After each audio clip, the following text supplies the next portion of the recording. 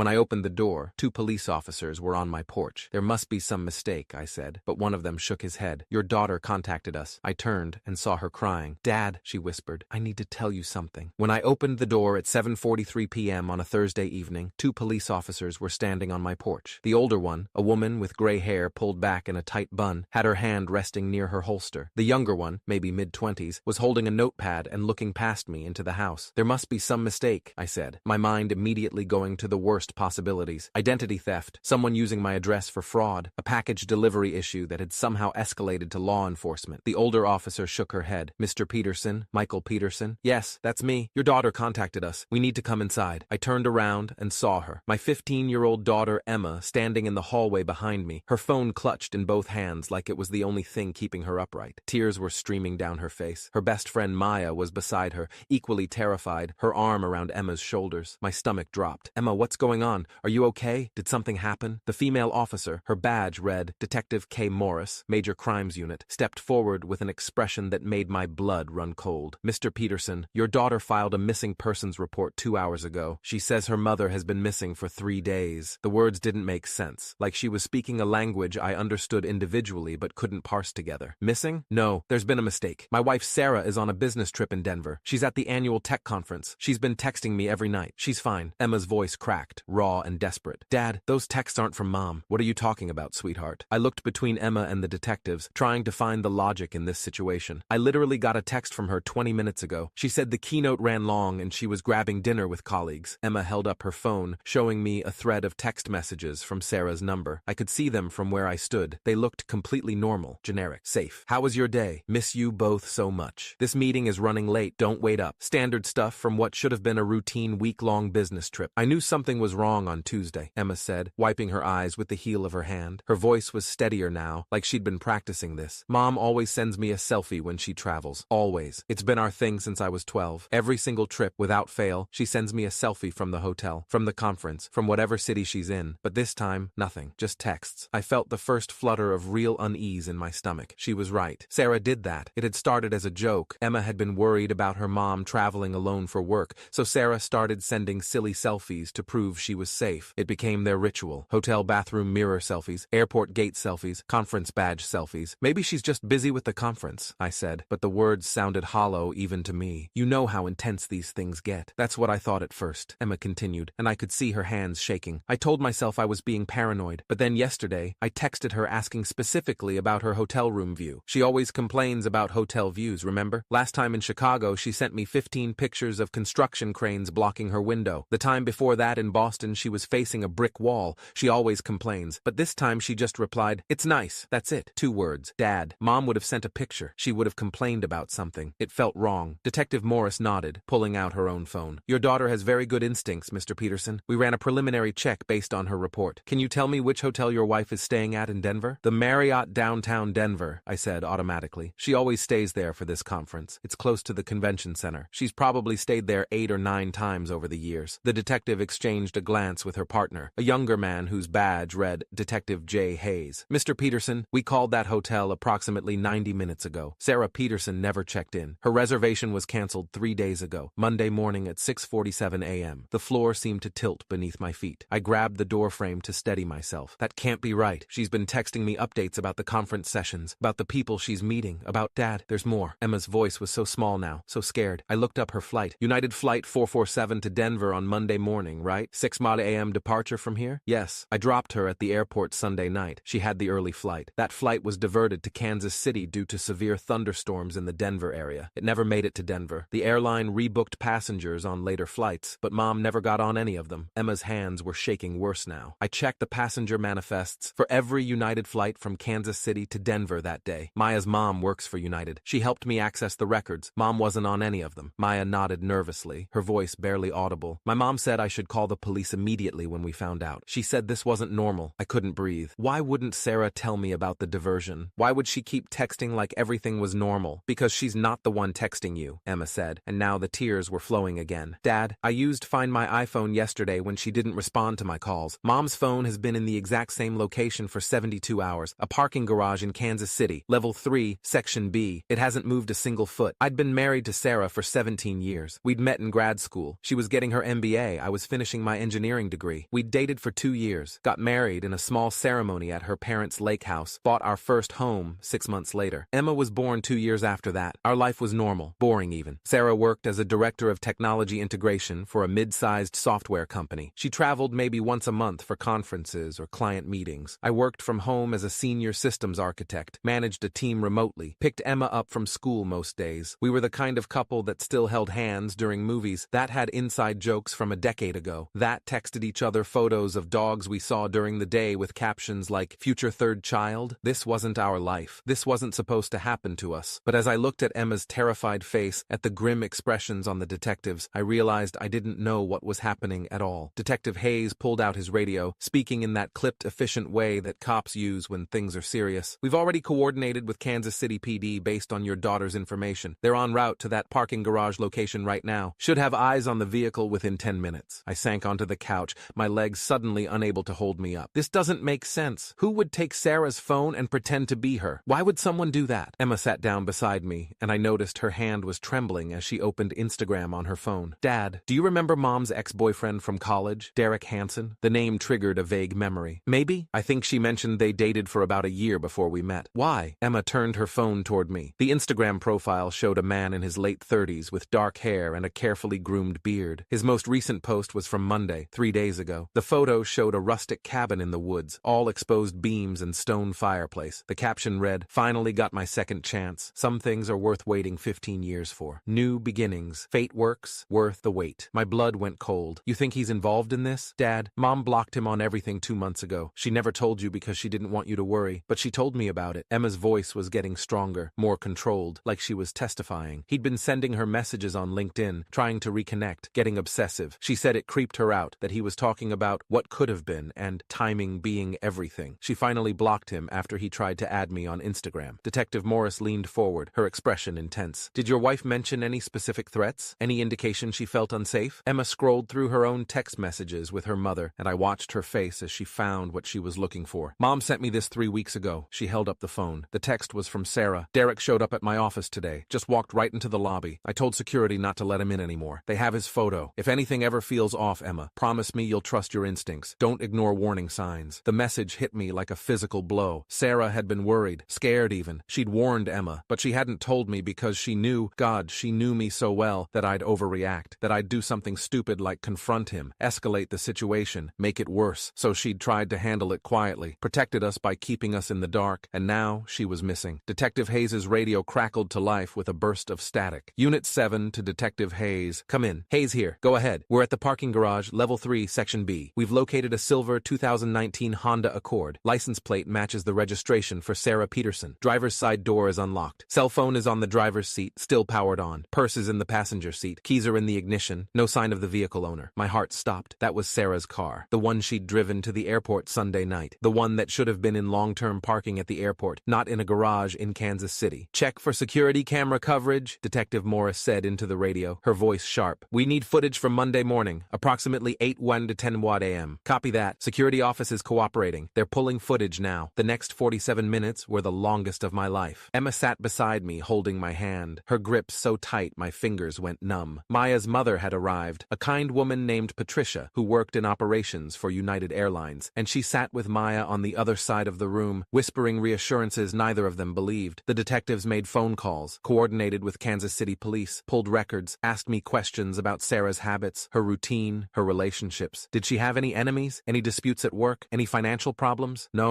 and no. Sarah was beloved at her company. We were financially stable. She got along with everyone. This wasn't supposed to happen to people like us. At 8:34 p.m., Detective Hayes' radio crackled again. We've got security footage. Monday, 8:47 a.m. and subject, presumed to be Sarah Peterson based on vehicle ownership, parks the vehicle in section B and exits the driver's side. She's walking toward the garage elevator when a male individual approaches from a white Ford Transit van parked 2 spaces away. I stopped breathing. They appear to have a conversation. Subject seems initially friendly, relaxed, then her body language changes. She backs away, puts her hand up like she's saying no. Male subject grabs her arm. Brief struggle lasting approximately 11 seconds. He forces her toward the van. She attempts to pull away, but he's significantly larger. He gets her into the van. Door closes. Van leaves the garage at 8:52 a.m. via the north exit. Emma made a sound. Not quite a scream, more like all the air leaving her lungs at once. I pulled pulled her against me, felt her shaking. "Can you identify the male subject?" Detective Morris asked, her voice tight. "Running facial recognition through the database now. Image quality is good." Subject looked directly at the camera for approximately 3 seconds during the struggle. Hold on. A pause that lasted forever. Positive identification. Derek Michael Hansen, age 37, DOB, March 14, 1987. Last known address is Kansas City, Missouri. Registered vehicle matches the description of the van. White 2021 Ford Transit, license plate HGT 4729. Detective Morris looked at me, and I saw something in her expression that might have been sympathy. "Mr. Peterson, we're issuing an immediate BOLO. Be on the lookout for Derek Hansen and your wife. We're also getting a warrant for his phone records and financial activity. Based on his social media post about a cabin, we're pulling property records now for any land or structures registered to him or his family." Emma was crying again, but this time I pulled her close and held on tight. "You did good, sweetheart," I whispered. "You might have just saved Mom's life." Because the truth was sinking in now, cold and terrible. If Emma hadn't noticed those missing selfies, if she hadn't investigated, if she hadn't trusted her instincts, we might not have realized Sarah was missing for days, maybe weeks. We would have kept receiving those fake texts, kept believing she was safe in Denver at a conference, while Derek Hansen held her God knows where. Emma's ritual, that silly teenage thing that Sarah had started as a joke, had become a lifeline. Detective Hayes was typing rapidly on his tablet, pulling up screens of information. Property records show a cabin registered to Hansen Family Trust, established 1987. Address is 4847 County Road 217, approximately 62 miles west of Kansas City, Missouri. Remote location. Nearest neighbor is 4 miles away. We're sending units there now. How long? I asked. Kansas City SWAT is mobilizing. They'll have assets on location within 90 minutes. We're also coordinating with the FBI. This is now a kidnapping investigation, federal jurisdiction. 90 minutes, an hour and a half, 400 seconds of not knowing if Sarah was alive, if she was hurt, if we'd get to her in time. Emma refused to let go of my hand. Maya and her mother sat with us. The detectives stayed, making more calls, coordinating the response. Someone brought us coffee that nobody drank. At 9:14 p.m., my phone buzzed with a text from Sarah's number. "Conference dinner running late. Probably won't be able to call tonight. Love you." I showed it to Detective Morris. She photographed it with her phone, added it to evidence. "He's still trying to maintain the cover story. Doesn't know we're on to him." "That's good, right?" Emma asked. "That means he still thinks he's gotten away with it?" "It means he's not panicking," Detective Morris said carefully. "Which hopefully means your mother is safe for now." The waiting was excruciating. Every minute felt like an hour. I kept checking my phone, reading old texts from Sarah, real ones from before Monday, looking at photos of her smiling, alive, safe, trying not to think about what Derek Hansen might be doing to her. At 10:47 p.m., Detective Hayes' phone rang. He answered, listened, and his expression shifted. Not quite relief, but something close to it. "Copy that. Excellent work. We'll coordinate transport." He looked at us. "They found her. She's alive." I couldn't speak, couldn't move. Emma burst into tears, this time from relief rather than fear. Maya and her mother were hugging. Detective Morris was asking questions into her phone. "Is she okay?" I finally managed. "Is Sarah okay?" "She's being transported to Kansas City Medical Center for evaluation and treatment. Appears to be physically unharmed, but obviously traumatized. Derek Hansen is in custody. SWAT team breached the cabin at 22:34 hours. He was in the main room. Your wife was locked in a bedroom. No weapons were found on the premises, but he did resist arrest. He's being charged with kidnapping, false imprisonment, stalking, and assault." "Can we see her?" Emma asked, standing up. "Can we go there right now?" Detective Morris nodded. "Kansas City Medical Center, 2301 Holmes Street. It's about a 4-hour drive. I'll have officers escort you there tonight if you'd like, or you can wait until morning and—" "Tonight," I said. "We're leaving right now." We drove through the night, following a Kansas City police cruiser that had been sent to escort us. Emma sat in the back with Maya. Patricia had insisted Maya come with us for support. I drove on autopilot, my hands gripping the steering wheel so tightly my knuckles were white. Detective Morris called at 11:52 p.m. with an update. "We've accessed Derek Hansen's phone. He'd been texting you and several of your wife's co-workers from her device, maintaining the fiction that she was at the conference. He'd researched the conference schedule, knew which sessions she usually attended, even looked up restaurant recommendations in Denver to make the texts more convincing." "How long was he planning to keep her?" I asked. A pause. "Based on supplies found at the cabin and his own statements, he believed he could convince her to leave you and start a life with him. He'd prepared the cabin with groceries, clothes in her size, personal items. He thought if he kept her isolated long enough, she'd remember how she felt about him in college and choose to stay." The delusion was so complete, so disturbing, that I couldn't respond. "Mr. Peterson, your daughter saved her mother's life. If she hadn't noticed those missing photographs, if she hadn't investigated the flight diversion, if she hadn't tracked the phone location, we wouldn't have known to look in Kansas City. By the time anyone realized something was wrong, it could have been too late." We arrived at Kansas City Medical Center at 1:47 a.m. Emma practically ran through the emergency room entrance. A victim advocate met us, a kind woman woman named Jennifer Martinez who explained that Sarah was being examined but would be able to see us soon. 23 minutes later, they let us into her room. Sarah was sitting up in the hospital bed, wrapped in a blanket despite the warm room, talking to a police detective who was taking her statement. When she saw us, she broke down completely. Emma got to her first. Mom, you always send selfies. Always. Sarah pulled Emma into a fierce hug, crying into her daughter's hair. My smart girl. My brilliant, brave girl. I knew if something happened, you'd notice. That's why I made it our ritual. I knew you'd pay attention. Over Emma's shoulder, Sarah's eyes met mine. I crossed the room and wrapped my arms around both of them, holding my family together, feeling Sarah shake with sobs. I'm so sorry, she whispered. I should have told you about Derek. I should have. Don't, I said. Don't apologize. You're safe. That's all that matters. The detective interviewing Sarah was Lieutenant Angela Freeman, 22 years with Kansas City PD, specializing in kidnapping cases. She stayed with us, explaining what would happen next. Derek Hansen has confessed to planning this for approximately 6 weeks. He tracked your wife's travel schedule through her company's public event calendar. He knew she'd be flying to Denver on Monday. He booked a flight to Kansas City with a connection through the same airport, specifically hoping her flight would be delayed or diverted so he could approach her. When the storm caused the diversion, he saw it as fate. Sarah's hands were shaking. He was waiting at the gate when we landed. He seemed surprised but friendly, said it was such a coincidence, asked if I wanted to grab coffee while we waited for the rebooking. I said no, but he followed me anyway, kept talking about how we should have ended up together, how I'd made a mistake marrying you. She looked at me, her eyes red. When I walked to my car, I'd driven to the airport and left it in satellite parking. He followed me to the garage. That's when he grabbed me. Did he hurt you? I had to know. Not physically. He kept saying he'd never hurt me, that he loved me too much. He'd set up the cabin like some kind of romantic getaway, made dinner, played music from when we dated in college, talked about the life we were going to have together. She shuddered. He really believed I'd choose him, that I'd just forget about you and Emma and start over. Emma was still holding her mother's hand. Mom, I'm so sorry I didn't tell Dad about the selfies sooner. I waited a whole day before I said anything. If I'd acted faster. Emma, look at me. Sarah cupped her daughter's face. You trusted your instincts. You investigated. You gathered evidence. You went to the police. You did everything exactly right. You saved me. Lieutenant Freeman nodded. Your daughter's actions were textbook. She noticed a pattern disruption, verified the anomaly through multiple sources, documented everything,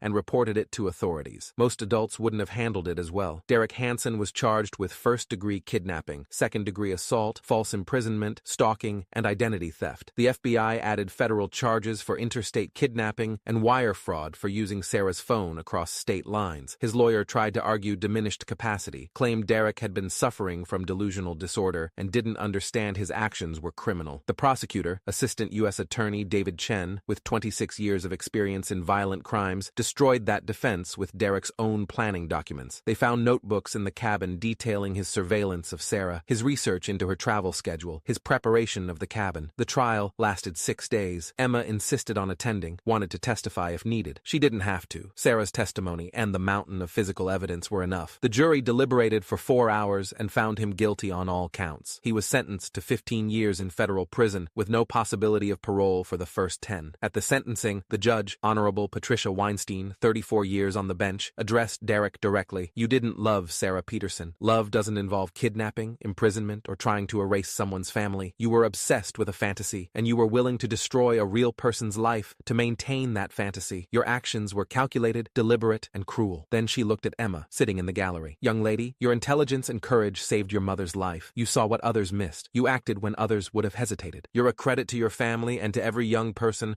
who's ever been told to ignore their instincts. That was 2 years ago. Sarah still travels for work, but everything's different now. She sends 3 selfies a day minimum, sometimes more. Hotel lobby, conference room, rental car, restaurant, coffee shop, airport gate. Emma and I get a running commentary of her entire trip through photographs. We don't complain, not ever. Not even when Sarah sends us a selfie of her hotel room ice machine at 11 p.m. with the caption, ice status confirmed. Emma is 17 now, a senior in high school. She's already been accepted to Georgetown's criminal justice program with a full scholarship. Says she wants to work for the FBI someday, help other families the way she helped ours. She already has. Since the case made national news, teens' Instagram instincts save kidnapped mother. Emma's gotten letters from other teenagers who noticed small warning signs and spoke up. 3 other potential kidnappings were prevented because someone saw Emma's story and trusted their gut. Last week, Sarah came home from a conference in Seattle with a present for Emma, a framed photograph. It was the first selfie Sarah had sent from that trip. Standing in front of her hotel window, Seattle's skyline behind her, holding a sign that read, Day 1, safe and sound, love you both. Emma hung it in her room, right next to her Georgetown acceptance letter. better. You know what the scary part is? Emma said to me later that night. If Mom hadn't made selfies our thing, if she hadn't established that pattern, I wouldn't have noticed anything was wrong. Those texts looked so normal. He knew exactly what to say. But she did establish that pattern, I said. Because your mom is smart. Because she knew that if something ever happened, you'd notice. She made me her emergency system, Emma said quietly. Without even telling me, that's what she was doing. That's exactly what Sarah had done. She'd created a tripwire, a signal that something was wrong, hidden in something that looked like a silly mother-daughter ritual. She'd trusted Emma to pay attention, to question, to act, and Emma had done all three.